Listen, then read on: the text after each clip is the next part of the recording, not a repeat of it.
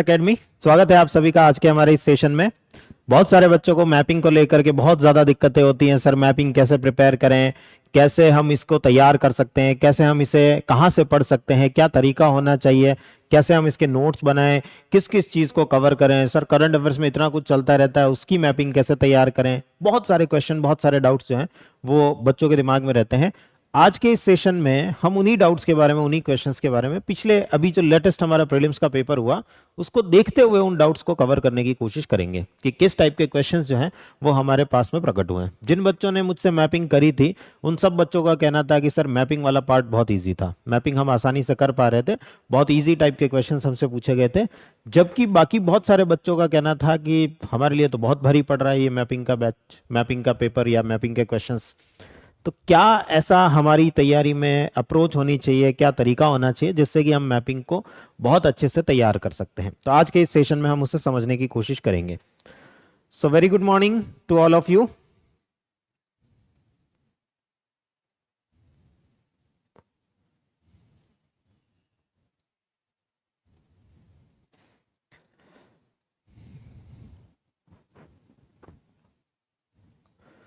Good morning, very good morning. तो आज के सेशन में बात करेंगे कि किस प्रकार से मैपिंग हम तैयार करें पेपर को समझते हुए। अभी लास्ट ईयर जो लास्ट प्रीलिम्स का 2023 का पेपर हुआ है प्रीलिम्स का, उसके अंदर मैपिंग के किस टाइप के क्वेश्चन आए हैं, मैपिंग किस प्रकार से पूछी गई है, क्या अप्रोच हमारी होनी चाहिए, इन सब चीजों को आज के इस सेशन में समझने की कोशिश हम करेंगे। राइट, चलिए तो स्टार्ट करते हैं।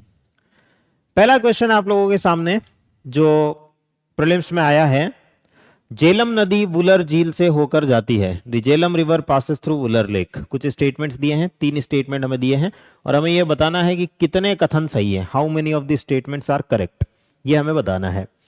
तो यहाँ पे सीधा 1 2 3 ऐसे हमें बताना है कि कौन कितने स्टेटमेंट सही है। कौन सा सही है ये नहीं पूछा गया है, कितने सही है ये हमसे पूछा गया है। ये थोड़ा सा पैटर्न में चेंज 2023 के पेपर में देखने को मिला था, जिससे कि बच्चे काफी ज्यादा एलिमिनेशन मेथड का उपयोग नहीं कर पा रहे थे, एलिमिनेशन मेथड यहाँ नहीं लगा पा रहे थे, जिसकी वजह से तीनों स्टेटमेंट्स के बारे में पता होना हमें जरूरी हो जाता है। ये इसी साल 2022 में भी, 2022 के प्रीलिम्स में भी कुछ क्वेश्चन ऐसे देखने को मिले थे, बट 2023 में ज्यादातर क्वेश्चन इस टाइप के हमें देखने को मिले थे। तो यहां पर अगर आप देखेंगे तो 3 स्टेटमेंट दिए हैं, हमें यह बताना है कि कितने कथन सही हैं, कितने स्टेटमेंट्स करेक्ट हैं। Good morning, very good morning to all of you. आप लोग बताएंगे, कोई इसका आंसर मुझे बता पाएगा? कोई कमेंट सेक्शन में जल्दी से बताएं इसका आंसर मुझे। इसको समझने की कोशिश हम थोड़ी सी करते हैं। तो इसके लिए देखिए मैप का पता होना जरूरी है। अगर हम इस क्वेश्चन को करने जा रहे हैं तब तक आप लोग कमेंट करते रहें, जल्दी से मुझे बताते रहें कि कौन किन इसका आंसर जो है वो क्या होना चाहिए अपनी समझ के अनुसार। जितनी भी आप मैपिंग को समझ पाए हैं, जितना भी इंडियन ज्योग्राफी से रिलेटेड क्वेश्चन है, तो इंडियन ज्योग्राफी को कितना समझ पाए हैं उसके अनुसार आप इसका प्रश्न का उत्तर जो है वो देने की कोशिश करें। मैं तो दूंगा ही आपको, बट आप भी दें तो ज्यादा अच्छा है। तो 3 स्टेटमेंट दिए इंडियन ज्योग्राफी जनरली जितने भी बच्चे मेरे साथ में पढ़ते हैं, वो किसी भी बैच में पढ़ते हैं, चाहे वो एनसीईआरटी बैच में पढ़ते हैं, कॉन्सेप्टर बैच में पढ़ते हैं, हम हमेशा उसको मैप के साथ में पढ़ते हैं। उसका कारण आपको यहाँ दिख रहा होगा कि क्यों हम मैप के साथ में पढ़ते हैं। मैप से रिलेटेड देखिए सीधे सीधे क्वेश्चन, सीधे सीधे स्टेटमेंट हमसे पूछे गए हैं। जो हम पढ़ते हैं एनसीईआरटी पढ़ते हैं, एनसीईआरटी में जब हम इंडियन ज्योग्राफी पढ़ते हैं, इंडिया का फिजियोग्राफिक डिवीजन, भारत का भूभौतिक विभाजन, भारत का ड्रेनेज, अपवाह तंत्र, ये सब जो हम पढ़ते हैं वो मैप के साथ में पढ़ने का बड़ा कारण क्या होता है। बहुत सारे बच्चे जो है वो इसी उहापोह में रहते हैं, कंफ्यूजन में रहते हैं कि सर आप इतना सारा मैप के साथ में इन सब चीजों को क्यों पढ़ाते हो।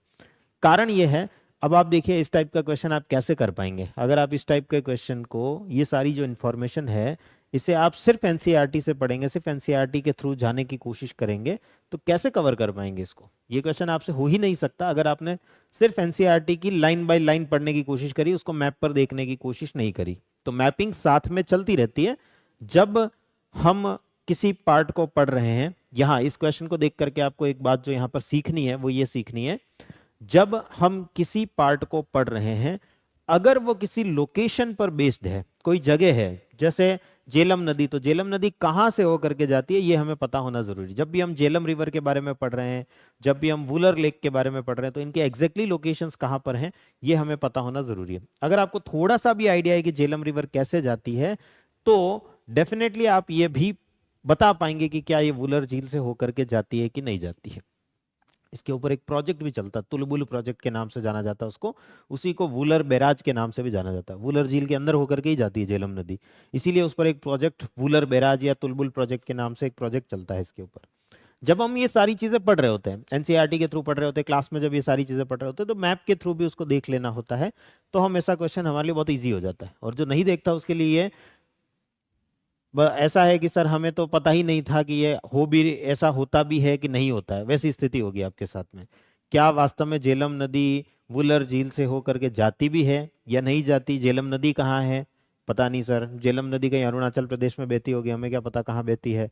क्या पता भारत से बाहर बहती होगी, ये भी नहीं पता हमें, तो भारत के अंदर बहती है कि बाहर बहती है इतना भी नहीं पता हमें। तो फिर स्थितियां बहुत गंभीर हो जाएंगी, तब हमारे लिए ऐसे क्वेश्चंस कर पाना असंभव सा काम हो जाएगा। और अगर हम नहीं कर पाएंगे तो डेफिनेटली प्रीलिम्स नहीं क्लियर कर पाएंगे। ओके, तो काफी सारे बच्चे जो हैं वो आंसर दिए हैं, दे भी रहे हैं अभी भी। गुड।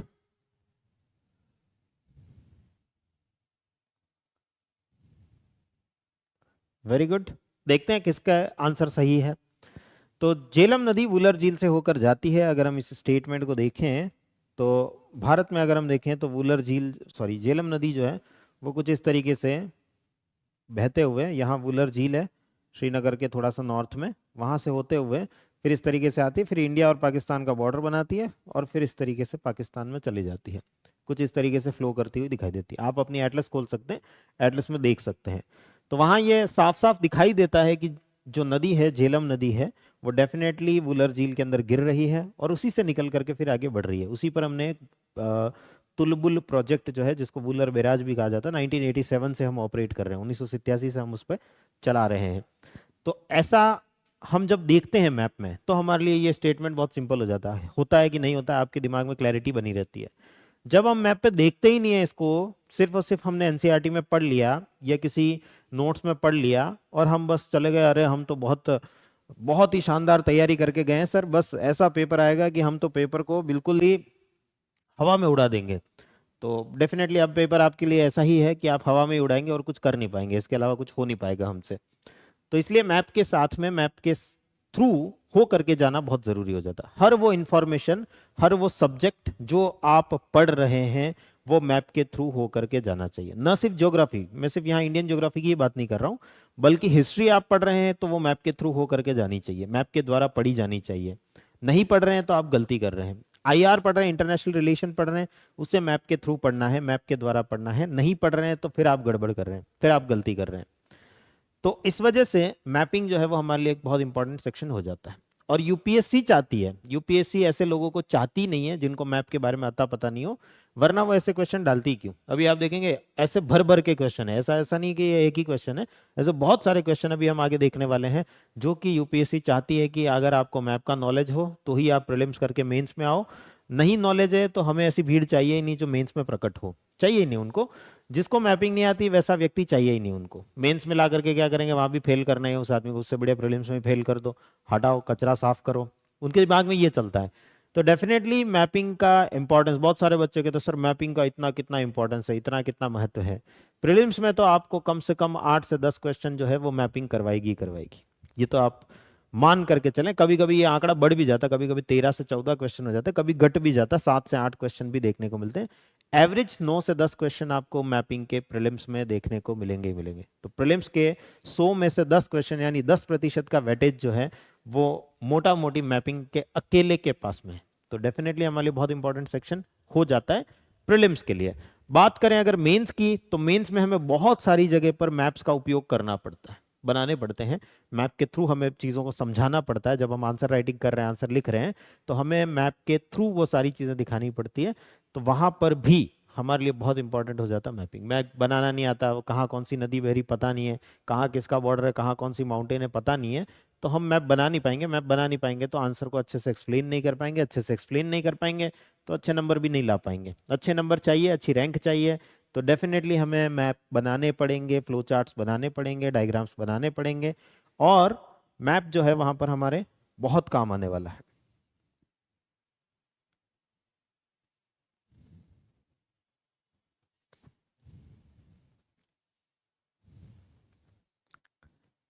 राइट, चलिए, तो पहला स्टेटमेंट तो आपको दिख गया कि ये करेक्ट है, वुलर झील से होकर के ही झेलम नदी जाती है। दूसरा स्टेटमेंट कह रहा है कृष्णा नदी सीधे कोल्लेरू झील का भरण करती है। Krishna river directly feeds Kolleru lake. अब कोल्लेरू लेक अगेन हम देखते हैं, मैप में देखते हैं उसको, जब हम क्लास में पढ़ रहे होते हैं इंडियन ज्योग्राफी या हम मैपिंग पढ़ रहे होते हैं, तो वहां पर हम देखते हैं कृष्णा झील के बारे में अगर हम, सॉरी, कृष्णा नदी के बारे में अगर हम देखें, कोल्लेरू लेक के बारे में अगर हम देखें, तो यहाँ से गोदावरी नदी जा रही है, यहाँ से कृष्णा नदी जा रही है, और कृष्णा और गोदावरी का जो एक मर्ज्ड डेल्टा है, जिसको हम केजी डेल्टा या केजी बेसिन भी कहते हैं, पूरा बेसिन अगर मिलाए, उस जगह पर एक मार्शी लेक बनती है, जो कि एशिया की सबसे बड़ी मार्शी लेक है। पूरे एशिया की सबसे बड़ी दलदली झील हमें देखने को मिलती है, जो कि यहाँ पर है, जिसका नाम कोल्लेरू है, जिसका नाम कोल्लेरू है। ये एशिया की सबसे बड़ी और वर्ल्ड की सेकंड नंबर की सबसे बड़ी दलदली झील है, मार्शी लेक है। अब मार्शी लेक है, दलदली झील है, तो डेफिनेटली रिवर उससे डायरेक्ट तो फीड नहीं करती है। ये दोनों नदियों का डेल्टा है। अगर मैं इसका एक और डायग्राम बना दूं, तो ये दोनों नदियों का इस तरीके से फैला हुआ डेल्टा है। ये कृष्णा नदी है, ये गोदावरी नदी है, और इनका फैला हुआ इस तरीके का डेल्टा है, जो यहाँ पर काफी ज्यादा मर्ज हो चुका है, और इसी मर्ज डेल्टा के बीच में कोल्लेरू लेक देखने को मिलती है, कोल्लेरू झील देखने को मिलती है। मैं हमेशा आपको दिखाता हूँ जब भी हम पढ़ते हैं, चाहे मैपिंग में पढ़ते हैं, चाहे क्लास में पढ़ते हैं, इंडियन ज्योग्राफी जब पढ़ते हैं, फिजियोग्राफिक डिवीजन, भूभौतिक प्रदेश, वहाँ पर हम कोस्टल प्लेन्स, तटीय मैदानों की बात करते हैं, तो वहाँ पर हम कृष्णा गोदावरी डेल्टा की भी बात करते हैं, वहाँ हम कोल्लेरू लेक की भी बात करते हैं। तो ये पार्ट जो है यहाँ से सीधा पूछा गया है कि कृष्णा नदी सीधे, डायरेक्टली, वर्ड पे ध्यान देने की बहुत ज्यादा जरूरत है, डायरेक्टली या सीधे कोल्लेरू झील का भरण करती, सीधे नहीं करती, डायरेक्टली नहीं करती, सीधी। जैसे कि हमने अभी वुलर झील में देखा कि जो झेलम नदी है, ये झेलम रिवर है, तो झेलम नदी वुलर झील के अंदर होकर के डायरेक्टली जाती, सीधी जाती है, वैसा कोई सीन यहाँ पर नहीं बनता है, कोल्लेरू झील में नहीं बनता है। तो डेफिनेटली ये स्टेटमेंट जो है वो हमारा इनकरेक्ट हो जाता है, गलत हो जाता है। तो पहला स्टेटमेंट करेक्ट है, दूसरा स्टेटमेंट इनकरेक्ट, असत्य देखने को मिल रहा है। तीसरा देखते हैं क्या कहता है। तीसरा स्टेटमेंट कह रहा है गंडक नदी के विसर्पण से कंवर झील निर्मित हुई है। Meandering of Gandak river formed Kanwar lake. अब हम जब रामसर साइट्स पढ़ते हैं तब भी कंवर लेक का नाम आता है, तो हमें कंवर लेक की एट लीस्ट लोकेशन पता होनी चाहिए कि कहाँ पर ये हमें देखने को मिलती है। कंवर लेक जो है वो बिहार में हमें देखने को मिलती है, कंवर ताल कहा जाता है उसको, ज्यादातर बड़ा जो फेमस नाम है वो कंवर ताल है, तो कंवर ताल जो है वो बिहार में हमें देखने को मिलता है। It is the Asia's largest, Asia की सबसे बड़ी मियंडरिंग की वजह से बनने वाली जो झीलें होती हैं, जिनको हम ऑक्सबो लेक्स कहते हैं, छांडन झील, हिंदी में गोखुर झील या छांडन झील कहते हैं, ऑक्सबो लेक्स के नाम से जानते हैं, वैसी एशिया की सबसे बड़ी छांडन झील है ये, पूरे एशिया में, न सिर्फ भारत में बल्कि पूरे एशिया में, न सिर्फ बिहार की, न सिर्फ भारत की, बल्कि पूरे एशिया की ये सबसे बड़ी झील देखने को मिलती है, जो कि छांडन झील के रूप में है, ऑक्सबो लेक के रूप में हमें देखने को मिलती है। तो डेफिनेटली यहाँ पर जो ये स्टेटमेंट है, तीसरा स्टेटमेंट, ये हमारा करेक्ट हो जाता है कि गंडक नदी के विसर्पण से कंवर झील का निर्माण देखने को मिलता है। तो आंसर हो जाएगा हमारा यहाँ पर, दो स्टेटमेंट्स करेक्ट है, एक गलत है, तो आंसर हो जाएगा only two, that is the option B. तो जिन बच्चों ने ऑप्शन बी दिया था वो बिल्कुल सही आंसर था।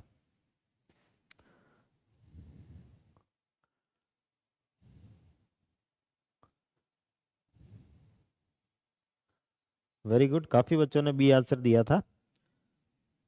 संतोष,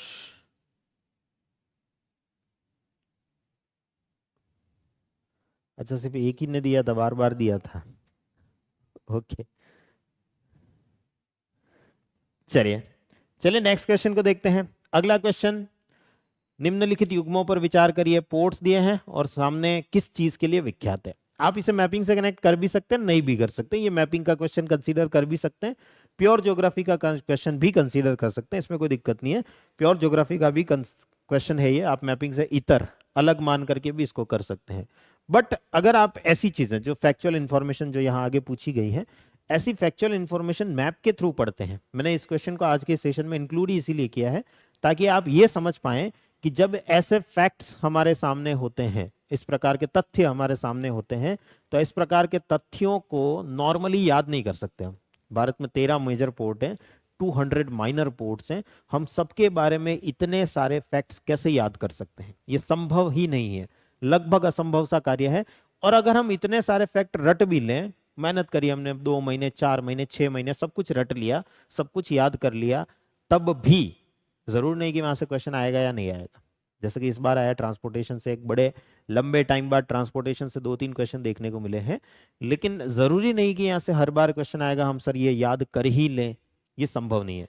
लेकिन ऐसे जो फैक्चुअल इंफॉर्मेशन होती है, इनको हम मैप के थ्रू बहुत आसानी से याद रख सकते हैं। जब हम इसको मैप के थ्रू कनेक्ट करते हैं, मैप के साथ में जोड़ते हैं, तो हम इसको ज्यादा अच्छे से याद रख पाते हैं। जैसे यहां पर पूछा गया कामराज नगर पोर्ट या कामराजर पोर्ट जो है, उसके बारे में क्वेश्चन पूछा गया है। थोड़े सालों पहले इसको एन्नोर पोर्ट के नाम से जाना जाता था, चेन्नई के बिल्कुल पास में। लोकेशन में अगर हम देखें तो यहाँ चेन्नई है, चेन्नई के बिल्कुल पास में एन्नोर पोर्ट जो है वो हमें देखने को मिलता है। उसी को कामराजर पोर्ट के नाम से भी जाना जाता है, अभी अभी नाम जो है उसका परिवर्तित किया गया था। तो भारत के एक कंपनी के रूप में पंजीकृत सबसे पहला प्रमुख पत्तन है। First major port in India registered as a company. ये बिल्कुल सही बात है, सबसे पहला मेजर पोर्ट है।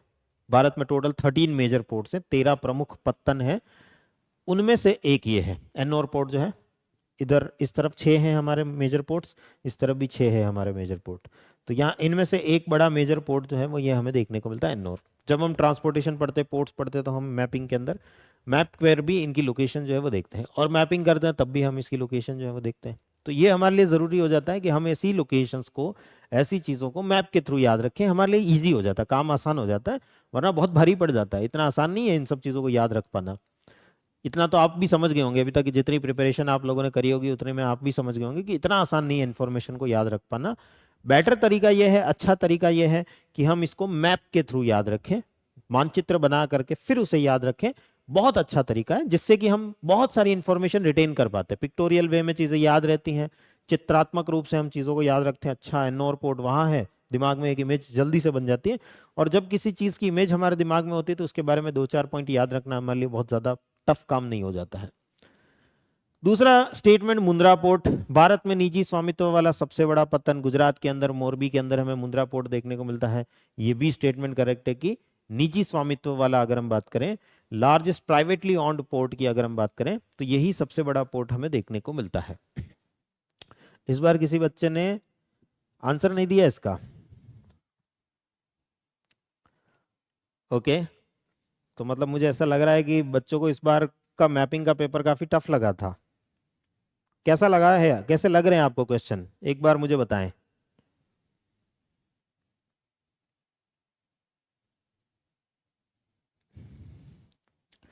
जिन बच्चों ने पहले मुझसे मैपिंग पढ़ी है उन सबका कहना था बहुत सिंपल था सर पेपर। आपको कैसा लग रहा है ये आप लोग मुझे बताएं।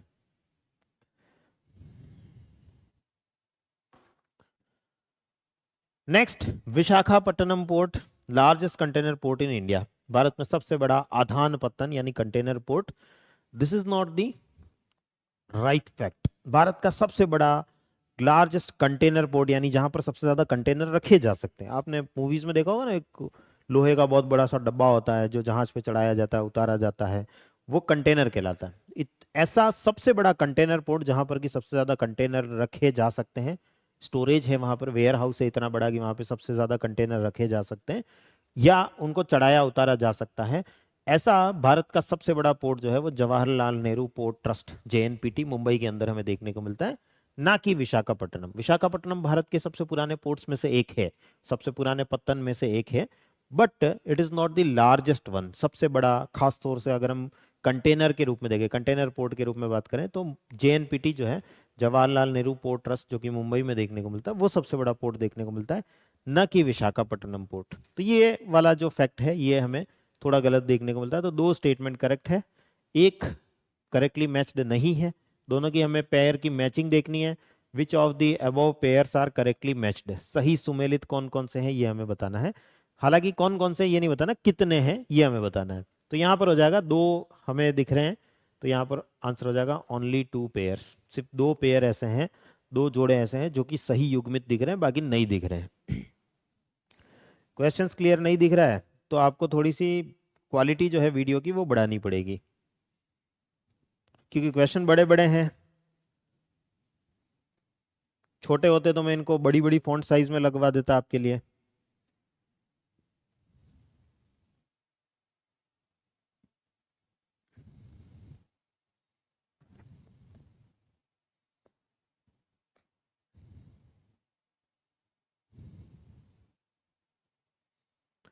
तो यहां पर जो है इसका आंसर हमें कुछ ऐसा देखने को मिलता है। इस क्वेश्चन से हमने क्या सीखा, 2023 प्रीलिम्स में जो क्वेश्चन आया, इससे हमने क्या सीखा। हालांकि ये मैपिंग का प्योर मैपिंग का क्वेश्चन नहीं है, ये सिर्फ और सिर्फ ज्योग्राफी के, ट्रांसपोर्टेशन के जो पोर्ट्स हैं, ट्रांसपोर्टेशन के अंदर जो हम पोर्ट्स पढ़ते हैं, ओशियन ट्रांसपोर्टेशन पढ़ते हैं या वाटर ट्रांसपोर्टेशन जल परिवहन पढ़ते हैं, उसके अंदर हम पोर्ट्स की बात करते हैं, उन पोर्ट से रिलेटेड एक क्वेश्चन है। आप इसे मैपिंग से परे अलग भी मान सकते हैं, लेकिन मैं यहाँ पर जो इस क्वेश्चन के द्वारा जो आपको समझाना चाह रहा हूँ वो ये है कि आप ऐसे फैक्ट्स जो होते हैं ना, वो आप मैप के थ्रू आसानी से याद रख सकते हो। बिना मैप के इतने सारे फैक्ट्स, ये तो हमने सिर्फ 3 पोर्ट के बारे में क्वेश्चन पूछा गया है, ऐसे 13 मेजर पोर्ट है, प्रमुख पत्तन है, और 200 माइनर पोर्ट्स है। किसके किसके बारे में क्या क्या याद रखने बैठोगे। ऐसे में मैपिंग बहुत हेल्प करेगी। मैप जो है वो इन सब चीज़ों को रिटेन करने में, इन सब इंफॉर्मेशन को याद रखने में बहुत ज़्यादा हेल्प करता है। नेक्स्ट अगले क्वेश्चन पर बढ़ते हैं। ये एक बहुत सिंपल टाइप का क्वेश्चन प्रकट हुआ इस बार। बहुत जनरली बच्चे जो हैं वो कॉन्टिनेंट्स को पढ़ना ही छोड़ दिए थे पिछले 2-4 सालों में, तो कॉन्टिनेंट्स को पढ़ना छोड़ करके बैठे थे कि मतलब कॉन्टिनेंट से रिलेटेड जनरली कोई क्वेश्चन देखने को नहीं मिल रहा। हाँ, रिवर्स से जनरली क्वेश्चन देखने को मिलता है। रिवर्स अपने आप में एक इंपॉर्टेंट सेक्शन है, नदियां अपने आप में एक इंपॉर्टेंट सेक्शन है, खासतौर से मैपिंग सेक्शन के अंदर जनरली नदियों से क्वेश्चन आता है, माउंटेन रेंजेस से क्वेश्चन आता है, रिवर से क्वेश्चन आता है। रिवर्स से तो पिछले 5 सालों में अगर आप देखेंगे तो लगभग हर साल एक क्वेश्चन, कभी कभी 2 क्वेश्चन आपको देखने को मिल रहा है। यहां पर भी एक रिवर हमें देखने को मिल रही है, कोंगो। कोंगो रिवर जो है, जिसको पहले जायरे भी कहा जाता था, उस कोंगो रिवर का नदी का बेसिन किस भाग में आता है। सीधा ऑप्शन है, कोई ज्यादा टेंशन लेने वाला नहीं, बहुत सिंपल टाइप का क्वेश्चन हमारे सामने। सीधे 4 ऑप्शन है, हमें यह बताना है कि कोंगो रिवर का बेसिन किस किस क्षेत्र में आता है। अब पहले यह पता होना चाहिए बेसिन क्या होता है। बेसिन मतलब वो एरिया, द्रोणी हिंदी में जिसे हम कहते हैं, द्रोणी मतलब वो क्षेत्र जितने टोटल क्षेत्र का पानी कोई नदी लेकर के आती है। सपोज ये एक रिवर है जो ऐसे फ्लो कर रही है, ऐसे प्रवाहित हो रही है, इसमें छोटी छोटी ट्रिब्यूटरीज जो हैं, छोटी छोटी सहायक सहायक नदियां जो है वो इसमें मिल रही हैं। टोटल जितने एरिया का पानी नदी लेकर के आती है उससे हम बेसिन कहते हैं, या हिंदी में द्रोणी कहते हैं। अपवाह द्रोणी, ड्रेनेज बेसिन प्रॉपर वर्ड इसके लिए, ड्रेनेज बेसिन या अपवाह द्रोणी देखने को मिलता है। तो यहां पर हमसे पूछा गया है कि ऐसी बेसिन कोंगो नदी की किस में है। ये 4 ऑप्शन है, चारों में से किस देश में हमें देखने को मिलता है। मैपिंग करते हैं हम, वहां देखते हैं अफ्रीका को हम देखते हैं। अफ्रीका को जब हम देखते हैं, कोंगो रिवर को जब हम देखते हैं इसके अंदर, तो कोंगो नदी कुछ इस तरीके से हो करके जाती हुई हमें दिखाई देती है, इस तरीके से हो करके जाती हुई दिखाई देती है। ये इक्वेटर को 2 बार इंटरसेक्ट करती हुई भी दिखाई देती है। ऐसे ऐसे कुछ पॉइंट्स हम मैपिंग में पढ़ते देखते हैं मैप के अंदर कैसे ये इक्वेटर को 2 बार काट रही है। यहाँ पूछा गया है कोंगो नदी इनमें से किस देशों में इसका ड्रेनेज बेसिन देखने को मिलेगा, किन किन देशों में इसका ड्रेनेज बेसिन जो है वो देखने को मिलेगा। अगर आप देखेंगे तो एक ऑप्शन है कैमरून, कैमरून नाम का देश यहीं पर है। दूसरा ऑप्शन है नाइजीरिया, नाइजीरिया नाम का देश यहाँ पर है। साउथ सूडान, साउथ सूडान देश जो है वो यहाँ पर है। और युगांडा देश जो है वो यहाँ पर है। This is South Sudan, this is Uganda, this is Nigeria, this is Cameroon. थोड़ा सा भी अगर हम इतनी सी लोकेशन का भी आइडिया हो तो भी आइडिया लग जाता है कि कैमरून ही वो देश होगा जहां जिसका की पानी बह करके फ्लो करके कोंगो रिवर के अंदर आ रहा है। और बाकी मैप में तो आप जानते हैं, मैपिंग जो बच्चे मेरे साथ कर चुके हैं वो मैपिंग में हम उनको डिटेल में बात करते ही हैं।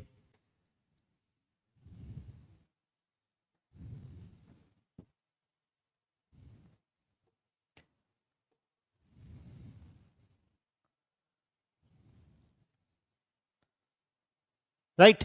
तो यहां पर हमारा जो आंसर निकल करके आएगा that is the option A Cameroon. Cameroon नाम का देश है जहां का पानी अल्टीमेटली कोंगो रिवर के अंदर फ्लो करके आता हुआ हमें देखने को मिलता है। बहुत सिंपल क्वेश्चन ये प्रकट हुआ था। नेक्स्ट क्वेश्चन देखते हैं। निम्नलिखित कथनों पर विचार करिए। 3 कथन दिए, 3 स्टेटमेंट्स दिए हैं। कितने कथन सही है, how many statements are correct, ये हमें देखना है। कितने कथन सही है वो हमें देखना है। ये वाले जो स्टेटमेंट्स थे ये काफी सिंपल टाइप के स्टेटमेंट्स थे, बनाए ऐसे गए हैं भयंकर भयंकर भयंकर रूप में कि आप लोग जो है बच्चे जो है वो जनरली हिल गए इसको देख करके, इस क्वेश्चन को पर्टिकुलरली देख करके हिल गए, क्योंकि इसमें एक तो नाम ऐसा आया बिलीगिरी रंगन की पहाड़ियां, बिलीगिरी रंगन हिल्स जो है उसके बारे में पूछा गया, जो जनरली बच्चे बहुत सारे जो है वो जानते ही नहीं थे कि बिलीगिरी रंगन की पहाड़ियां है कहाँ पर। लेकिन बाकी की जो पहाड़ियां हैं उनको अगर आप देखेंगे तो बहुत सिंपल टाइप का क्वेश्चन ये था। लेकिन ये सिंपल तब था जब आप इन सारी हिल्स को, सारी पहाड़ियों को मैप पर देखते हैं। मैप पर इनकी लोकेशन थोड़ी थोड़ी भी ध्यान है तो बहुत दूर दूर की पहाड़ियों को एक साथ बताया गया है। कोई एक कोने में पड़ी है, दूसरी दूसरे कोने में पड़ी है, फिर भी बताया गया है कि दोनों एक साथ हैं, जो कि काफी इनकरेक्ट स्टेटमेंट थे। लेकिन बच्चों को यह क्वेश्चन इसलिए भारी लगा क्योंकि उन्होंने उन पहाड़ियों को कभी देखा ही नहीं, मैप पे देखने की जहमत उठाई नहीं, मैप पे देखने की कोशिश कभी करी ही नहीं। देख लेते हैं तो बहुत सिंपल क्वेश्चन था ये।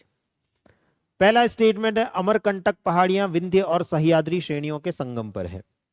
Amarkantak hills are at the confluence of Vindhya and Sahyadri ranges. Question के स्टेटमेंट को देख करके एक बात आपको ये समझ आ रही होगी, इस क्वेश्चन को देख करके जो हमें सीखने को मिल रहा है, जो जानने को मिल रहा है, हमेशा हम किसी भी लोकेशन को देख रहे हैं, जैसा हमने पहले वुलर लेक, झेलम नदी के बारे में बात करी, हम किसी भी लोकेशन के बारे में पढ़ रहे हैं, चाहे वो हिस्ट्री में पढ़ रहे हैं, पॉलिटी में पढ़ रहे हैं, ज्योग्राफी में पढ़ रहे हैं, इकोनॉमी में पढ़ रहे हैं, आईआर में पढ़ रहे हैं, कहीं भी पढ़ रहे हैं, करंट अफेयर्स में पढ़ रहे हैं, उस लोकेशन को मैप पे देखना बहुत जरूरी है। ज्योग्राफी में हम ये सारे नाम पढ़ते हैं और ये सारे नाम कहाँ कहाँ है ये देखना बहुत ज्यादा जरूरी हो जाता है।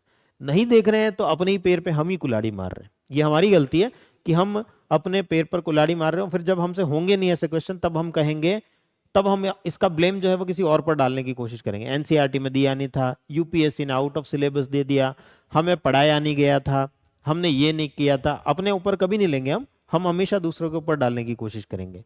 यही तरीके हैं, फिर बाद में आपके पास यही ऑप्शन बच जाते हैं कि हम यूपीएससी के ऊपर डाल देंगे। यूपीएससी कौन सा आके हमसे पूछने वाली है, कहाँ हमने कहाँ गलती करी बताओ, यूपीएससी कौन सा हमसे आके पूछेगी, तो बस अपन यूपीएससी पे डाल देते। यूपीएससी ने आउट ऑफ सिलेबस दे दिया, जो कुछ भी था आउट ऑफ सिलेबस पकड़ा दिया। इतना सिंपल क्वेश्चन, लेकिन फिर भी हम कहेंगे आउट ऑफ सिलेबस पकड़ा दिया। क्यों? क्योंकि हम देख के नहीं गए थे, गलती हमारे अंदर थी, पर अपन कह नहीं सकते ना। अपन कभी खुद के बारे में थोड़ी ना बुरा बोलेंगे कि हमने तैयारी नहीं करी थी, हमने पढ़ा नहीं था, ये तो अपन कभी बोलने ही नहीं वाले हैं। यहां अगर आप देखेंगे अमरकंटक की बात हो रही है। इंडियन ज्योग्राफी जब हम पढ़ते हैं तो हम वहां देखते हैं अमरकंटक को देखते हैं। यहाँ हम जानते हैं विंध्यन रेंज है कुछ इस तरीके से फैली हुई, यहाँ पर सतपुड़ा रेंज है, इसी जगह पर एंड में हमें अमरकंटक जो है वो देखने को मिलता है।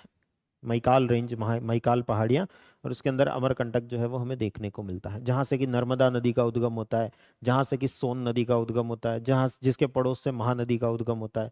हम इतनी सारी चीज़ें देखते हैं मैप पे, जब देखते हैं इन सब चीज़ों को, इतनी सारी चीज़ें देखते हैं। और स्टेटमेंट क्या कह रहा है? अमरकंटक पहाड़ियाँ विंध्य और सह्याद्री श्रेणियों के संगम पर हैं। विंध्य और सह्याद्री, सह्याद्री किसे कहते हैं? वेस्टर्न घाट्स को। यहाँ पर जो एक माउंटेन रेंज चलती है that is known as Western Ghats, पश्चिमी घाट। इस पश्चिमी घाट को ही सह्याद्री के नाम से जाना जाता है। जहां विंध्य और सह्याद्री मिलते हैं, पहली बात तो मिलते ही नहीं है दोनों कहीं पर भी, बट स्टिल स्टेटमेंट ये कह रहा है कि जहां ये दोनों मिलते हैं वहां पर अमरकंटक देखने को मिलता है। अब आप देखो कहाँ अमरकंटक, कहाँ विंध्यन रेंज, कहाँ सह्याद्री और कहाँ विंध्यन रेंज, तीनों चीजें अलग अलग, एक पूरा ट्राइंगल बन रहा है, तीनों अलग अलग त्रिभुज जैसी अलग अलग लोकेशन पर पड़ी हुई चीजें हैं। ये तीनों कहाँ से मिल जाएंगी, कहाँ से संगम पर मिल जाएंगी, कहाँ से ये कन्फ्लुएंस पॉइंट पर मिल जाएंगी? बहुत ही गलत स्टेटमेंट है। तो साफ साफ दिख रहा है कि ये स्टेटमेंट प्योरली इनकरेक्ट है, पूर्ण रूप से अशुद्ध स्टेटमेंट जो है वो हमें देखने को मिल रहा है। दूसरा स्टेटमेंट कह रहा है बिलीगिरी रंगन पहाड़ियां सतपुड़ा श्रेणी के सबसे पूर्वी भाग हैं। Biligiri Rangan hills constitute the eastern most part of Satpura range. ये विंध्यन है और ये सतपुड़ा है, ये वेस्टर्न घाट्स है। बिलीगिरी रंगन की जो पहाड़ियां हैं वो यहाँ पर हैं, कर्नाटका के अंदर कुछ पहाड़ियां हैं जिनका की रंग सफेद दिखता है। बिली शब्द का मतलब है कन्नड़ भाषा में, कर्नाटका में की जो भाषा है कन्नड़ भाषा, कन्नड़ में बिली शब्द का मतलब है व्हाइट, सफेद। सफेद गिरी, गिरी यानी पहाड़, और रंगन यानी जिसका रंग है। जिस पहाड़ का रंग सफेद है उसका नाम है बिलीगिरी रंगन। बिली यानी सफेद, गिरी यानी पहाड़, रंगन यानी उसका रंग है। सफेद रंग का जो पहाड़ है जो कि मिलता है कर्नाटका के अंदर, वेस्टर्न घाट का ही एक हिस्सा है, पश्चिमी घाट का, सह्याद्री का ही एक हिस्सा हमें यहाँ देखने को मिलता है। ये कह रहा है कि बिलीगिरी रंगन की पहाड़ियां सतपुड़ा श्रेणी के सबसे पूर्वी भाग है। ये सतपुड़ा है और इसका सबसे पूर्वी भाग यहाँ पर है। हम जानते हैं सतपुड़ा जब पढ़ते हैं तो हम कहते हैं कि 7 पहाड़ियां हैं जिसको मिला करके हम सतपुड़ा के रूप में जान रहे हैं। 7 हिल्स हैं, अरवानी, बरवानी, ऐसी जो हम हिल्स देखते हैं। आगे महादेव, मैकाल, ये सब इस तरफ ईस्टर्न पार्ट में हमें देखने को मिलती है, और इधर असीरघाट, अरवानी, बरवानी, ये सब जो है वो हमें वेस्टर्न पार्ट में, पश्चिमी हिस्से में देखने को मिलती है। वहां कहीं भी हम बिलीगिरी रंगन का कोई नाम नहीं पढ़ते।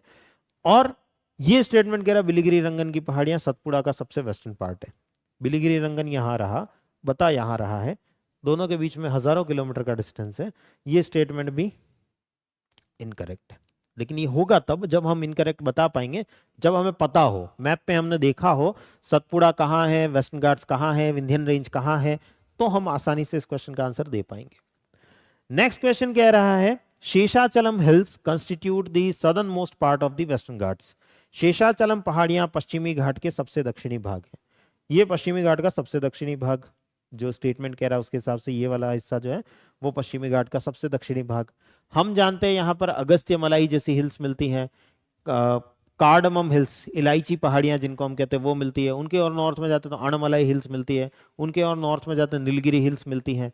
तो अलग अलग अलग अलग पहाड़ियां मिलती है, लेकिन उनमें किसी में भी शेषाचलम का नाम ही नहीं है। शेषाचलम हिल्स जो है वो हमें यहाँ कर्नाटक का पठार, इस जगह पर कर्नाटक का पठार है, कर्नाटक के पठार के ईस्ट में, पूर्व में शेषाचलम की पहाड़ियां देखने को मिलती है, जो कि आंध्र प्रदेश राज्य में आती हैं।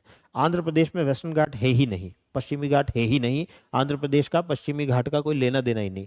और शेषाचलम की हिल्स जो है वो यहाँ हमें देखने को मिलती है। रेड सैंडर्स, लाल चंदन, पुष्पा मूवी देखी होगी आप लोगों ने, पुष्पा मूवी में जो लाल चंदन, रक्त चंदन दिखाया गया वो यही शेषाचलम हिल्स की एक एंडेमिक स्पीशीज है, स्थानिक प्रजाति है। तो वो यहाँ रह गया, वेस्टर्न घाट्स यहाँ रह गया। खास तौर से स्टेटमेंट कह रहा है वेस्टर्न घाट का सबसे सदर्न पार्ट, वो तो वहां पर तो अगस्त्य मलाई हिल्स हैं, अगस्त्य मलाई की पहाड़ियां हैं, वहां पर तो कार्डमम हिल्स हैं, वहां पर तो जो अणमलाई हिल्स हैं वो सब हैं। वहां पर कहाँ आ गया ये? तो डेफिनेटली ये भी स्टेटमेंट हमारा क्या है? इनकरेक्ट है, असत्य है। तो इस बार जो हमारा आंसर होगा that will be the answer D, option D. कोई भी नहीं, इनमें से कोई भी जहां पर हमें स्टेटमेंट करेक्ट नहीं देखने को मिल रहा है। हाँ पुष्पा राज तो देखा ही है आप लोगों ने।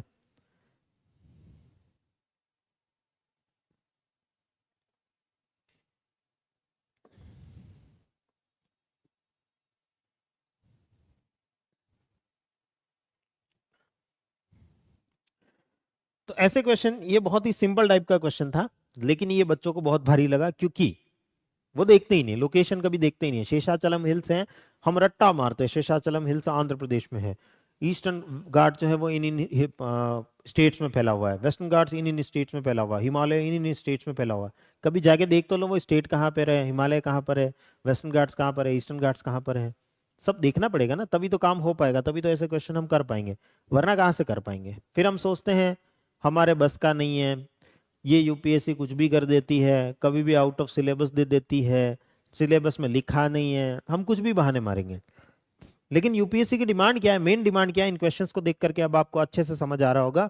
वो चाहती है कि आप हर वो चीज जो पढ़ रहे हैं, वो किसी भी सब्जेक्ट में पढ़ रहे हैं, ना सिर्फ ज्योग्राफी बल्कि किसी भी सब्जेक्ट में पढ़ रहे हैं, मैप के थ्रू पढ़ना है आपको, मैप के द्वारा पढ़ना है, हाथ में नक्शा होना चाहिए, और आप जो भी कहानी पढ़ रहे हो, जो भी एनसीईआरटी उठा करके पढ़ रहे हो, वो उस मैप के थ्रू आपको कहानी समझ आनी चाहिए, तभी बात समझ में आएगी आपको, और तभी आपका लेवल उतना बढ़ पाएगा कि आप जो है आगे जा करके मेंस क्लियर कर पाओ। इसीलिए यूपीएससी प्रीलिम्स में ऐसी भीड़ को हटा देती है, नहीं चाहिए ऐसी भीड़। जिसको मैपिंग नहीं आती वो आदमी चाहिए ही नहीं उनको मेंस के अंदर। जिसको मैपिंग आती है वही समझदार व्यक्ति लगता है यूपीएससी को, यूपीएससी की नज़रों में वही उनको समझदार लगता है, तो वो उसी को आगे लेकर के जाना चाहते हैं। आओ तुम प्रीलिम्स भी क्लियर करो, आओ तुम मेंस भी क्लियर करो, आओ तुम इंटरव्यू भी देना, और आओ तुमको ऑफिसर भी बनाते हैं। ऐसा ही व्यक्ति चाहिए उनको, ऐसा नहीं चाहिए जो मतलब खाली एरा गेरा टाइम पास करने के लिए आए, वैसा व्यक्ति उनको नहीं चाहिए। नेक्स्ट क्वेश्चन देखेंगे भारत की कनेक्टिविटी परियोजनाओं के संदर्भ में। अगेन देखिए ट्रांसपोर्टेशन से एक और क्वेश्चन है जो कि मैप से भी जुड़ रहा है। यहां पर साफ साफ सीधे सीधे मैप से जुड़ता हुआ हमें एक क्वेश्चन जो है वो देखने को मिल रहा है। 3 स्टेटमेंट दिए हैं, हमें यह बताना है कितने स्टेटमेंट्स करेक्ट हैं, कितने कथन सही है, ये हमें बताना है। पहला स्टेटमेंट कह रहा है स्वर्णिम चतुर्भुज योजना के अधीन पूर्व पश्चिम गलियारा कॉरिडोर, ईस्ट वेस्ट कॉरिडोर जिसे हम कहते हैं, वो डिब्रूगढ़ और सूरत को जोड़ता है। एनसीईआरटी उठा के देखो, 12th क्लास की एनसीईआरटी ट्रांसपोर्टेशन इन इंडिया, उसको उठा करके देखो, उसके अंदर गोल्डन क्वाड्रिलेटरल स्वर्णिम चतुर्भुज उसके बारे में भी सूचना हमें दी है, और ईस्ट वेस्ट कॉरिडोर पूर्व पश्चिम गलियारा जो है उसके बारे में भी हमें इंफॉर्मेशन दी है, और उसके अंदर साफ साफ लिखा हुआ है, अगर आप उस एनसीईआरटी को उठा करके देखोगे साफ साफ लिखा हुआ है कि ये वाला जो गलियारा है, थोड़ा मैं अगर प्रॉपर मैप बना दूं,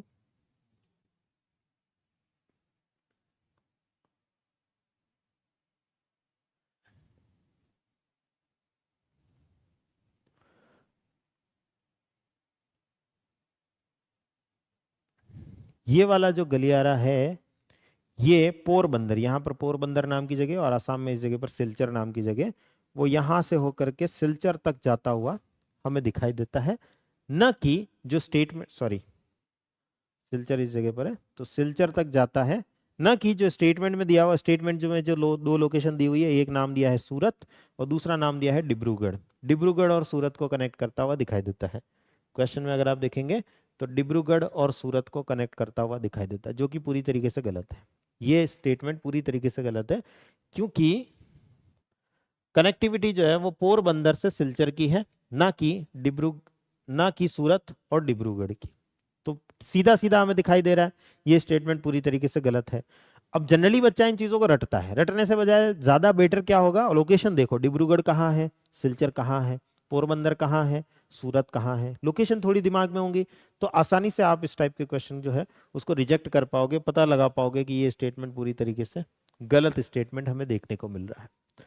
नेक्स्ट स्टेटमेंट, त्रिपक्षीय राजमार्ग ट्राइलेटरल हाईवे जो हम इंटरनेशनल हाईवे बनाने जा रहे हैं, अंतरराष्ट्रीय राजमार्ग जो बनाने जा रहे हैं, वो मणिपुर में मोरेह को म्यांमार से होते हुए थाईलैंड के चियांग माई से जोड़ता है। मणिपुर में मोरेह को जोड़ता है, यहां तक स्टेटमेंट सही है, लेकिन थाईलैंड में चियांग माई को नहीं जोड़ता है। अब जब आप ये करंट अफेयर्स में पढ़ रहे हो, इस चीज को जब आप करंट अफेयर्स में पढ़ रहे हो कि एक ट्राइलेटरल हाईवे बनाया जा रहा है, त्रिपक्षीय राजमार्ग बनाया जा रहा है, कहां कहां जाएगा सारी लोकेशन आपको पता होनी चाहिए, मैप पर पता होनी चाहिए।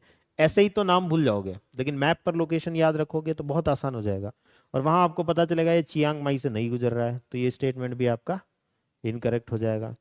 तीसरा स्टेटमेंट कह रहा है बांग्लादेश चीन भारत म्यांमार आर्थिक गलियारा, Bangladesh China India Myanmar economic corridor Uttar Pradesh में वाराणसी को चीन में कनमिंग से जोड़ता है। चीन में एक जगह है कनमिंग, जो कि भारत में जो उत्तर प्रदेश में वाराणसी है वहां उसे जोड़ता हुआ हमें देखने को मिलेगा। बिल्कुल गलत स्टेटमेंट है, ये बेसिकली भारत में वाराणसी को नहीं जोड़ रहा है। अगर हम देखें तो वाराणसी इस जगह पर है, ये जोड़ रहा है बेसिकली कोलकाता को, यहाँ पर कोलकाता जो शहर है उसको जोड़ता हुआ हमें देखने को मिलता है, ना कि वाराणसी को जोड़ता हुआ हमें देखने को मिलता है। तो ऐसे में ये स्टेटमेंट भी हमारा इनकरेक्ट हो जाता है, तो तीनों स्टेटमेंट इनकरेक्ट हो जाते हैं, आंसर हो जाएगा हमारा नन। लेकिन ये कब कर पाएंगे हम, आंसर कब निकाल पाएंगे, जब ये सारी इंफॉर्मेशन पता हो। पहला स्टेटमेंट बहुत सिंपल था, एनसीईआरटी से सीधा आया हुआ स्टेटमेंट है, एनसीईआरटी अच्छे से पढ़ी हो तो ये क्वेश्चन आसानी से हो सकता है, नहीं पढ़ी हो तो फिर कुछ नहीं हो सकता है। और बाकी जो दो स्टेटमेंट है ये करंट अफेयर्स बेस्ड है, करंट अफेयर्स से रिलेटेड जो है वो हमें देखने को मिल रहा है। इवन दैट जिस ट्राइलेटरल हाईवे की बात हो रही है तो पिछले 4-5 सालों से करंट अफेयर्स में है, तो ये तो 4-5 सालों से आप देख ही रहे हैं, नहीं देख रहे हैं तो फिर आपकी गलती है ये कि आप उसे मैप पर जाकर के नहीं देख रहे हैं। नेक्स्ट, निम्नलिखित देशों पर विचार करिए, 6 देशों का नाम लिया है और हमें यह बताना है कितने देशों की सीमाएं यूक्रेन से लगती है, कितने इनमें से कंट्रीज हैं जो कि लैंड बॉर्डर बनाते हैं यूक्रेन से। यूक्रेन रशिया यूक्रेन वार न्यूज में है तो डेफिनेटली वहां से क्वेश्चन तो आना ही आना था। ये तो मैंने सब बच्चों को कहा ही था जो बच्चे मेरे साथ में मैपिंग कर रहे थे।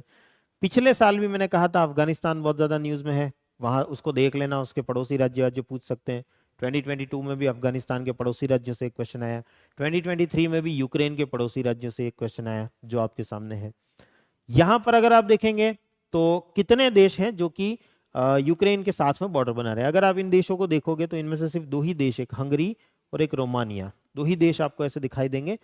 मैं मैप पे अगर आपको दिखाऊं तो ये यूक्रेन है, इसमें अगर आप देखेंगे तो ये इतना बॉर्डर रोमानिया का बन रहा है यहाँ तक, ये पूरा का पूरा, और इतना बॉर्डर जो है वो हंगरी का बन रहा है। इस तरफ हंगरी है, इस तरफ रोमानिया है, ये पूरा यूक्रेन है।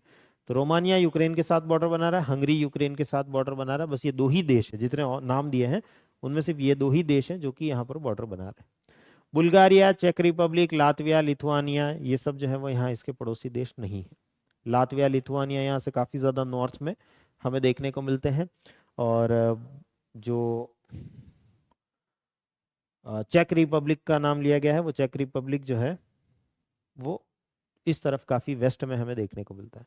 तो वो इसके डायरेक्टली इसके नेबर है ही नहीं, पड़ोसी है ही नहीं। पर ये कब पता होगा? जब हम यूरोप का मैप अच्छे से पढ़ेंगे, यूरोप का मैप अच्छे से जानेंगे, सारे देश यूरोप में जो पूरे पूरे 44 देश है, वो सारे 44 देश हमें पता हो कहाँ कौन सा देश है, कहाँ कौन सा देश है, किस तरीके से बॉर्डर बना है। बहुत छोटे छोटे से देश वहाँ पर हमें मिल जाता है।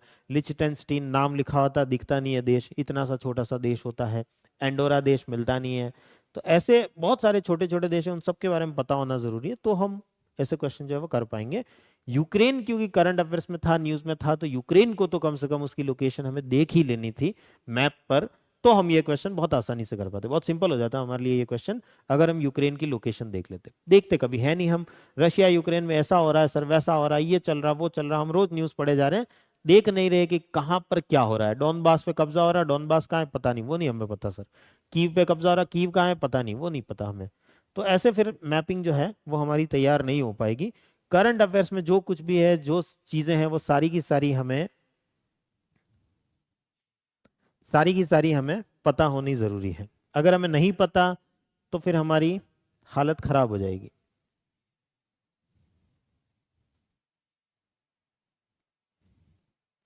चलिए अगला क्वेश्चन देखते हैं।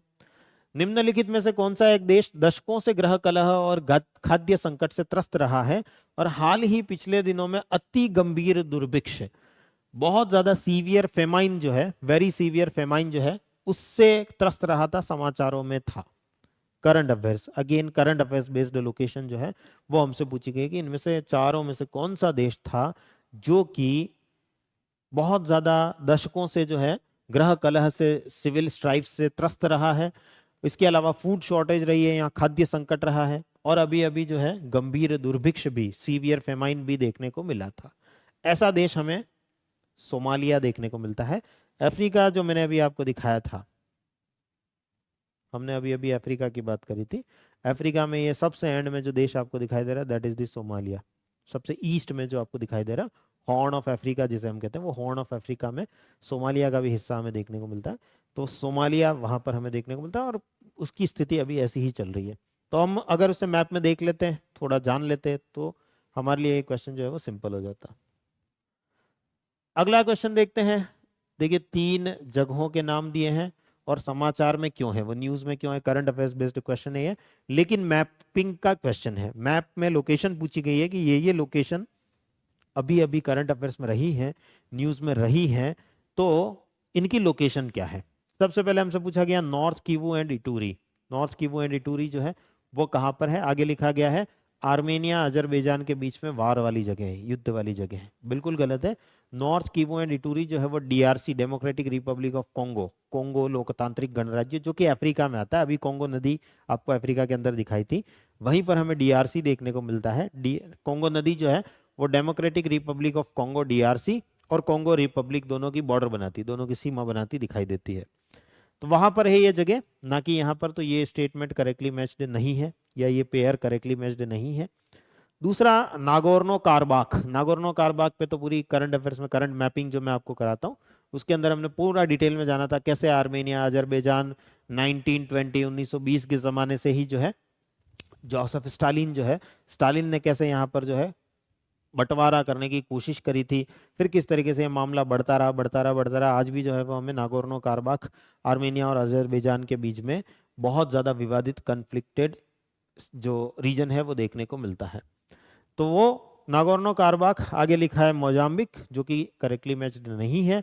नागोर्नो कारबाख आर्मेनिया अजरबैजान के बीच में है, तो इसको ऊपर कर दिया गया, बच्चा थोड़ा कंफ्यूज हो जाए इसके लिए ऐसा किया गया है। एंड खेरसॉन और ज़ैपोरिज़िया। ये जो है ज़ैपोरिज़िया और खेरसॉन, ये हमें बार बार न्यूज में देखने को मिले हैं, यूक्रेन के हिस्से हैं जिस पर कि रशिया कब्जा करता गया है।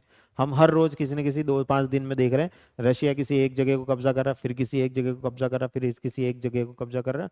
उसी में खेरसॉन और ज़ैपोरिज़िया का नाम भी हमें देखने को मिला है। तो ये रशिया यूक्रेन के बीच है, ना कि इजराइल और लेबनान के बीच में। तो ये भी करेक्टली मैच्ड नहीं है। आंसर हो जाएगा हमारा डी, यानी कि कोई भी करेक्टली मैच्ड नहीं है। अब ये करंट अफेयर्स में ये सारी लोकेशंस के नाम चल रहे थे, आपने देखे अगर मैप में तो आपका कल्याण यहां पर हो जाएगा, नहीं देखे मैप में तो फिर आप जो है वो बस आप रोते रहोगे, हमसे नहीं होता, हम ये नहीं कर पाते, हम वो नहीं कर पाते।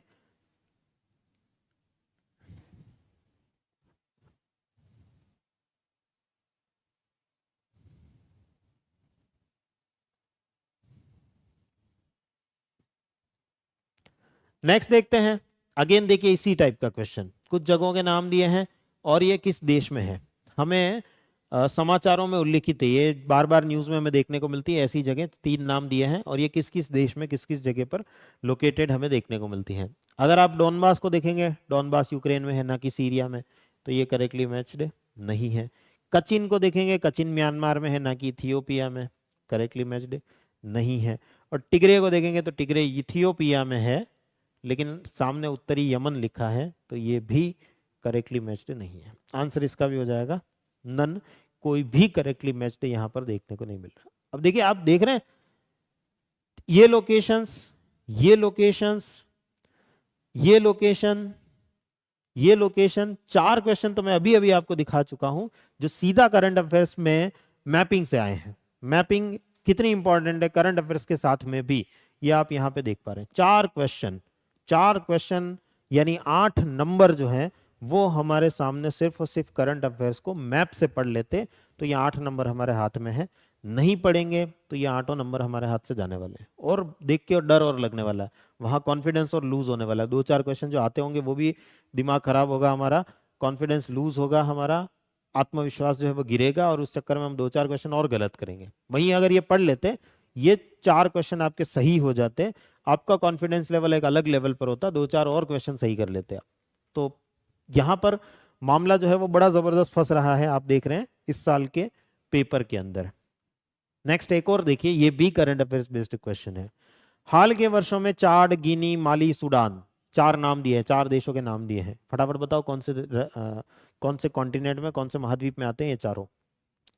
निम्नलिखित में से किस एक कारण से अंतरराष्ट्रीय ध्यान आकर्षित किया जो इन सभी देशों से संबंधित है। किस कारण से अभी अभी ऐसा कुछ हुआ जो इन चारों देशों में हुआ, क्यों हुआ, मतलब क्या हुआ ऐसा, ये हमसे सीधे 4 ऑप्शन के रूप में पूछा गया है। इसका आंसर होगा सक्सेसफुल कूप, सफल तख्ता पलट। तख्ता जो है वो इन सब जगहों का पलटा गया, सरकारें जो है वो यहाँ की हटाई गई है, किसी जगह पर मोनार्क थे उनको हटाया गया है, और ये हमें न्यूज में देखने को मिले हैं। अफ्रीका, यस, अफ्रीका कॉन्टिनेंट में हमें ये चारों देश देखने को मिलते हैं और चारों का मामला कुछ इस तरीके से देखने को मिला कि सभी जगह पर सक्सेसफुल कूपे जो है वो देखने को मिला है, सफल तख्ता पलट जो है वो हमें देखने को मिला है। तो अगेन देखिए करंट अफेयर्स बेस्ड 5 क्वेश्चन अभी अभी आपको दिखा दिया मैंने, जो कि करंट अफेयर्स में लोकेशंस थी उनसे क्वेश्चन आए थे, मैपिंग के क्वेश्चन। आप कहेंगे सर ये तो हम मैप के साथ नहीं पढ़ते तो भी हमें याद होता है, ये तो इसमें मैप का क्या रोल है। याद रख पाना आसान होता है अगर हम ऐसी चीज़ों को अफ्रीका के मैप पे जाके देखते हैं, चार्ट यहाँ पर है, गिनी जो है वो यहाँ पर है, माली जो है वो यहाँ पर है, सूडान जो है वो यहाँ पर है, लोकेशन सारी देखते तो याद रख पाना बहुत आसान होता है, कनेक्ट कर पाना बहुत आसान होता है। वहीं हम ऐसे पढ़ते रहते हैं तो हमें सब सारे देश एक जैसे ही दिखते हैं। गिनी और गल्फ ऑफ गिनी पता ही नहीं चलता है देश है कि अलग अलग रीजन है, कि गिनी एक देश है, गल्फ ऑफ गिनी जो है वो एक खाड़ी है। जब तक मैप पे नहीं देखें तब तक कुछ नहीं पता चलता, सब ऐसे ही लगता है गिनी गल्फ ऑफ गिनी एक ही होता होगा, पता नहीं क्या होता है। जब मैप पे देखेंगे तभी जा करके पता चलेगा। तो इसलिए इंफॉर्मेशन को रिटेन कर पाना, लंबे समय तक याद रख पाना मैप के साथ में ज्यादा इजी हो जाता है। तो ऐसी लोकेशंस को भी हम मैप पे देखते रहे, करंट अफेयर्स में चल रही होती हैं उनको भी मैप पे देखते रहे, बहुत सिंपल हो जाता है। 5 क्वेश्चन मैंने अभी अभी आपको दिखा दिया इस पेपर के अंदर, जो कि सीधे सीधे करंट अफेयर्स बेस्ड है और मैपिंग से भी रिलेटेड है, दोनों चीजों के साथ में एक साथ जुड़ रहे हैं। यानी इन 5 क्वेश्चन को देख करके एक कहानी जो एक ही बार में समझ आ रही है वो ये आ रही है, कुछ भी पढ़ना है मैप के साथ में पढ़ना है। करंट अफेयर्स में तो कुछ भी पढ़ना है, भले एक फला जगह पे ऐसा हो गया, उस जगह पे ऐसा हो गया, बलूचिस्तान में बम गिर गया तो बलूचिस्तान कहाँ है पता होना बहुत जरूरी है। सिक्किम में ग्लेशियल लेक जो है वो फूट गई, तो वो ग्लेशियल लेक कहाँ पर है, सिक्किम में किस जगह पर फ्लो कर रही है, तीस्ता नदी का पानी ज्यादा तेज फ्लो कर रहा है तो वो तीस्ता नदी कहाँ पर है, उन सब की लोकेशन हमें पता होना बहुत जरूरी है। नहीं पता कर रहे हैं तो ये हमारी गलती है, हम उसे मैप पर नहीं देख रहे हैं, ये हमारी गलती है। तो ये सब चीजें हमें पता होना, मैप के साथ में पता होना बहुत जरूरी होता है। जिन बच्चों को देख करके क्वेश्चन देख करके डर लग रहा था सर ये तो मैपिंग हमारे बस का ही नहीं रहा, मैपिंग तो हो ही नहीं रही हमसे, ऐसे क्वेश्चन देख करके डर लग रहा है, तो हमारा मैपिंग का बैच आप लोगों के लिए अवेलेबल है। मैपिंग में ही पढ़ाऊंगा आपको। हमारी क्लासेस जो है वो नेक्स्ट वीक से स्टार्ट होने वाली हैं। एडवांस मैपिंग, जिसके अंदर न सिर्फ मैपिंग, मतलब आप ये सोच रहे होंगे कि सिर्फ वो सर आप कुछ लोकेशन दिखा देंगे और मैपिंग हो जाएगी, नहीं, हम इसके साथ में मैप के साथ में बहुत सारी ज्योग्राफिकल, हिस्टोरिकल, इकोनॉमी, बहुत कुछ ऐड करके चलेंगे। मैप के थ्रू हम समझेंगे कि वहाँ का क्लाइमेट कैसा है, वहाँ का वेजिटेशन कैसा है, उसके पीछे के कारण भी जानेंगे। जो जो ज्योग्राफी में जो कंसेप्ट पढ़ते हैं वो सारे के सारे कंसेप्ट भी यहाँ पर जानेंगे कि कैसे किसी जगह पर जो है घास डेवलप होती है, ग्रासलैंड्स क्यों बनते हैं, किसी जगह पर हमें डेंस फॉरेस्ट क्यों देखने को मिल रहे हैं, क्या रेनफॉल का डिफरेंस आ रहा है, क्यों रेनफॉल का डिफरेंस आ रहा है, कहाँ पर रेन शेडो जोन बन रहा है जिसकी वजह से आप डेजर्ट्स देख रहे हैं और कहाँ पर जो है वो अच्छी बारिश देख रहे हैं। बहुत सारी चीजें जो हम कंसेप्ट ज्योग्राफी के अंदर पढ़ते हैं, उन सारे कंसेप्ट्स को इन्वॉल्व करके, बहुत सारी हिस्ट्री के पॉइंट्स जो हैं वो इन्वॉल्व करके हम पूरी की पूरी मैपिंग जो है वो कवर करेंगे। और साथ ही साथ करंट अफेयर्स में जिन लोकेशंस को हम देख रहे हैं, जिन जगहों को हम देख रहे हैं, उनको भी हम यहाँ पर कवर करते हुए चलेंगे। तो अपने आप में एक बहुत लंबा चौड़ा बैच होने वाला है। जनरली मैपिंग जो है वो 5 से 7 दिनों में खत्म हो जाने वाला टॉपिक माना जाता है। हमारा यह बैच 3 से 4 महीनों तक चलेगा। 3 से 4 महीनों तक इन डेप्थ मैपिंग जो है वो हमारी होगी। तो ये बैच आप लोगों के लिए अवेलेबल है 999 रुपीज में, 999 रुपए में आप लोगों के लिए live classes, online live classes रहेंगी और बाद में रिकॉर्डेड भी आप उनको देख सकते हैं। जब भी जरूरत हो तब आप उनको रिकॉर्डेड सेक्शन में भी जा करके देख सकते हैं। और डिटेल जाननी है तो आप इन नंबर पर कॉल करके ले सकते हैं। हमारी जो ऐप है ओजांग एनी टाइम लर्निंग ऐप, उस पर जाकर के आप इस बैच को सीधा परचेज कर सकते हैं। एनसीईआरटी आंदोलन जो है, एनसीईआरटी की इंपॉर्टेंस अभी आपको दिखी गई। मैंने आपको कई सारे क्वेश्चन बताया कि सीधे सीधे एनसीईआरटी से क्वेश्चन थे। अगर आप वो कामराज पोर्ट की बात करें, जेएनपीटी पोर्ट की बात करें, वो सारे पोर्ट जो है वो एनसीईआरटी के अंदर आपको मिलेंगे। अभी अभी हमने ईस्ट वेस्ट कॉरिडोर की बात करी, एनसीईआरटी में सीधा सीधा लिखा हुआ, सीधी सीधी लाइन लिखी हुई है कि ये पोरबंदर से सिलचर तक चलता है, पोरबंदर से सिलचर तक इसका विस्तार है, एक्सटेंशन है। तो एनसीईआरटी पढ़ना बहुत जरूरी हो जाता है। नहीं पढ़ेंगे तो हम ऐसे क्वेश्चन जो है वो आसानी से नहीं कर पाएंगे। प्रीलिम्स में भी और मेंस में जिस लेवल की समझ हमें चाहिए वो समझ कभी विकसित नहीं हो पाती जब तक हम एनसीईआरटी को बहुत अच्छे से ग्रेस्प नहीं कर पाते, बहुत अच्छे से समझ नहीं पाते। तो इसीलिए बच्चों के लिए एनसीईआरटी का बैच जो है वो आप लोगों के लिए लाया गया है, जिसके अंदर आपको टेस्ट सीरीज भी मिलेगी। क्लासेस तो चलेंगी ही चलेंगी, आपको हिस्ट्री, पॉलिटी, इकोनॉमी, ज्योग्राफी जो सब्जेक्ट्स हैं हमारे वो तो कवर करवा ही जाएंगे, साथ ही साथ आपको टेस्ट सीरीज भी इसके साथ में फ्री दी जाएगी। और बैच जो है, क्लासेस जो है वो हमारी स्टार्ट हो चुकी है। मेरी क्लास जो है वो चल रही है, ज्योग्राफी अभी स्टार्ट हुई है, कल ही स्टार्ट हुई है। तो अभी जिन बच्चों को अभी भी जुड़ना है, लेना है, वो जल्दी से जल्दी इस बैच के साथ में जुड़ जाएं। सर की हिस्ट्री जो है वो भी चल रही है, ओजांग सर की हिस्ट्री भी चल रही है उस बैच के अंदर, मेरी ज्योग्राफी भी चल रही है उस बैच के अंदर। तो जल्दी से जल्दी उस बैच के साथ में जुड़ जाएं। और गुरुकुल बैच का जो 2 ईयर का जो बैच है, प्राचीन इतिहास, एंशियंट इंडिया, एंशियंट हिस्ट्री जो है, वहां से ओजांग सर के साथ में ये बैच प्रारंभ हो रहा है 16 अक्टूबर से। आप इस बैच के साथ भी जुड़ सकते हैं। ये बैच भी 2 सालों के लिए आपके पास में रहेगा। 2 सालों तक आप इस बैच के साथ में जुड़े रहेंगे और अपनी प्रिपरेशन, अपनी जो तैयारी है उसको एक नया आयाम, नया एक्सपांशन जो है, नया डायमेंशन जो है वो आप प्रोवाइड करेंगे इस बैच के द्वारा। तो ये आप लोगों के लिए कुछ अनाउंसमेंट्स थे, जो कि जिस भी बैच से कोई बच्चा जुड़ना चाह रहा है, कुछ भी बच्चा जो है कहीं तकलीफ देख रहा है कि सर हमसे ये हो नहीं पा रहा है, तो बहुत नॉमिनल प्राइसेस में ये सारे के सारे बैचेस जो हैं वो आपके लिए लाए गए हैं। सारे के सारे बैचेस बहुत ही कम प्राइसेस पर है। आप दूसरे इंस्टीट्यूट्स के प्राइसेस को कंपेयर कर सकते हैं, उनकी प्राइसेस से हमारी प्राइसेस बहुत कम है और क्वालिटी हमारी बिल्कुल भी कम नहीं है। क्वालिटी, सबसे अच्छी क्वालिटी जो है, इनोवेशन में हम बिलीव करते हैं। तो मैपिंग का, जैसा मैंने अभी आपके साथ बैच की बात करी, वो एक अलग टाइप का इनोवेशन है, जो कहीं नहीं होता वो हमारे यहाँ होता है। तो वैसा इनोवेशन जो है वो आप लोगों के लिए लाया गया है। तो आप इन सब के साथ में जुड़ सकते हैं और काफ़ी अफोर्डेबल प्राइस में आपके लिए लाया गया है। चलिए, तो आपको अब समझ आया होगा कि 2023 के अंदर मैपिंग का कितना इंपॉर्टेंस रहा, कितना महत्व रहा, और किस किस टाइप के क्वेश्चन पूछे गए, हम कैसे तैयार कर सकते हैं मैपिंग को, किस प्रकार से मैपिंग जो है वो पढ़ी जानी चाहिए। सिंपल सा फंडा है, जो कुछ भी पढ़ रहे हो मैप के साथ पढ़ना है। कुछ भी पढ़ रहे हो, हिस्ट्री पढ़ रहे हो, ज्योग्राफी पढ़ रहे हो, polity, economy, current affairs, international relation, internal security, कुछ भी पढ़ो, सब कुछ मैप के थ्रू पढ़ा जाना चाहिए। नहीं पढ़ रहे हो तो गलती कर रहे हो, राइट। चलिए, तो अब मिलते हैं नेक्स्ट सेशन के अंदर। नेक्स्ट सेशन के अंदर हम ऐसे ही आपके लिए और क्वेश्चंस जो है वो ला करके आपके साथ में एक्सप्लेनेशन आपके लिए लेकर के आऊंगा, जिसमें आप जानेंगे कि किस प्रकार से मैपिंग जो है वो हमारी तैयार होनी चाहिए। चलिए, तो मिलते हैं नेक्स्ट सेशन के अंदर। Thank you everyone.